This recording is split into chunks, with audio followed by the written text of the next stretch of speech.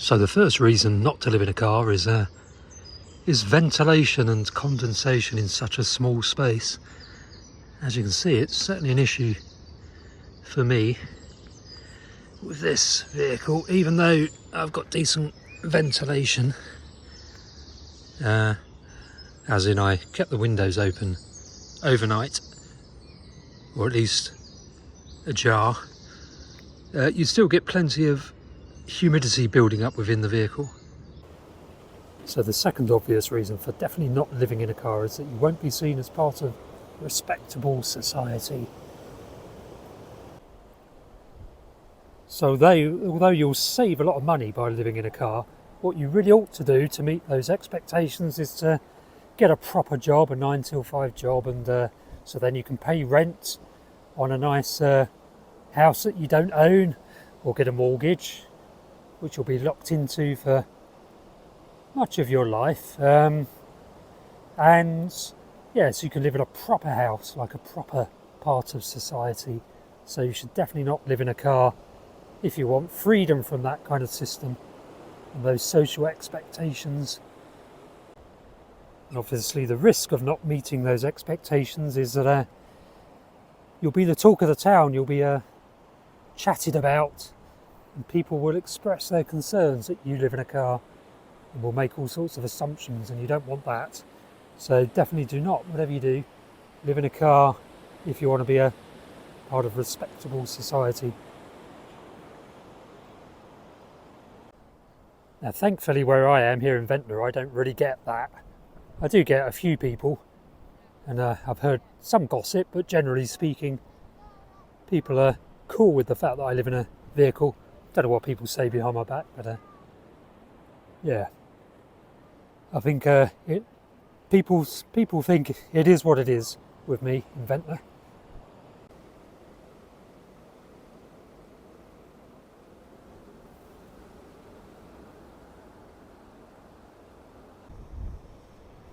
Now, reason number 3 why you definitely shouldn't live in a car is it's a tiny space, so you're likely to be on your own. And if you have any kind of mental or loneliness type issues, if you're prone to feeling melancholy, which I certainly used to, I don't anymore, but that's certainly a risk, because obviously a car is such a tiny space. It tends to be you and nobody else. And yeah, I'm obviously single, and that brings about its own issues. So yeah, it can be a lonely existence. Like I say, I don't generally suffer that, and because I'm in Ventnor, which is a lovely community, I don't suffer that anyway. But if you're out in the middle of nowhere, Ventnor is obviously a town, so it's not in the middle of nowhere. But if you are out in the middle of nowhere, all on your own, then it can cause you to feel slightly lonely and depressed and melancholy, and that's not good for one's mental health. So if you don't want to be alone, and you don't want to be in a town or city where you know people, then living in a car is a bad idea. And if you want a relationship, living in a car is probably a bad idea. Although it's worth noting, down in Cornwall there are lots of couples in vans. I don't know of any who live in cars. I know plenty of people that live in very small vans like caddies, or at least spend long times away as a couple in those kind of vehicles. But my little C1 is basically a one-person vehicle. So yeah, if you don't want to be alone, don't live in a very tiny car. And reason number 4 is just the practicality of cooking. So I have a Jetboil, which is not a device I'm particularly a fan of. I know Jetboils are popular with kind of hikers, and they're not really ideal for making food. They're good for boiling water. I mean, I don't, to be honest. Well, I kind of do. So I make curries in the van, and you can get little adapters. You can balance a kind of a pot with which you can fry food and make a curry, or make whatever kind of food you want to make. So it's fairly adaptable, but in a very confined space, it's not at all to be recommended. So don't, whatever you do, use a gas stove like I do in a tiny car. It's dangerous, and I don't just mean the carbon monoxide poisoning. I mean, you know, the risk of the thing just exploding on you. And if you're in a confined car, that'll be it probably. Never happened to me. Been in a small van and now a small car since 2018, and I guess I've been lucky. And reason number 5 for not living in a car, this will be my last one for now, although there are some others. So reason number 5 for not living in a tiny car is just that if you're one of these people who likes to accumulate stuff, then obviously you have absolutely no space at all. And I'm luckily not one of those people, so I love to not have loads and loads of stuff, and I see that as one of the benefits.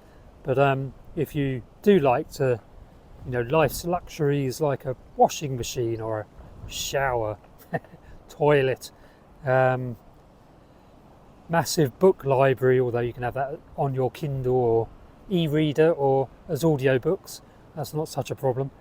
Or, you know, if you want to garden, you want to do gardening, you want a nice big sofa to lounge about in, then none of that sort of stuff, none of those kind of normal modern day, or not even modern day, normal day-to-day kind of necessities. They're hardly necessities because I don't have any of them, but those day-to-day expectations you can't be met if you're living in a car. So limited space is definitely a drawback, and it's definitely a reason why you should absolutely not live in a tiny car, even though I do, and I do actually love it. So that's our 5 reasons for not living in a car. Let me know if you're listening to this and do live in a car or live in a van, and if I've missed any more important reasons for not downsizing even more into a tiny car. But that will do for now. Do listen to the accompanying video, in which I outline 5 reasons why you absolutely should live in a tiny car, which I think are more compelling, which is why I'm doing it. But have a lovely afternoon. Do subscribe to the channel, which is all about van life and car life and digital nomadism, living a location independent lifestyle. Subscribe to the channel and like the video if you liked it. Give me a comment, good or bad. I do like constructive feedback, and I will see you in the next video.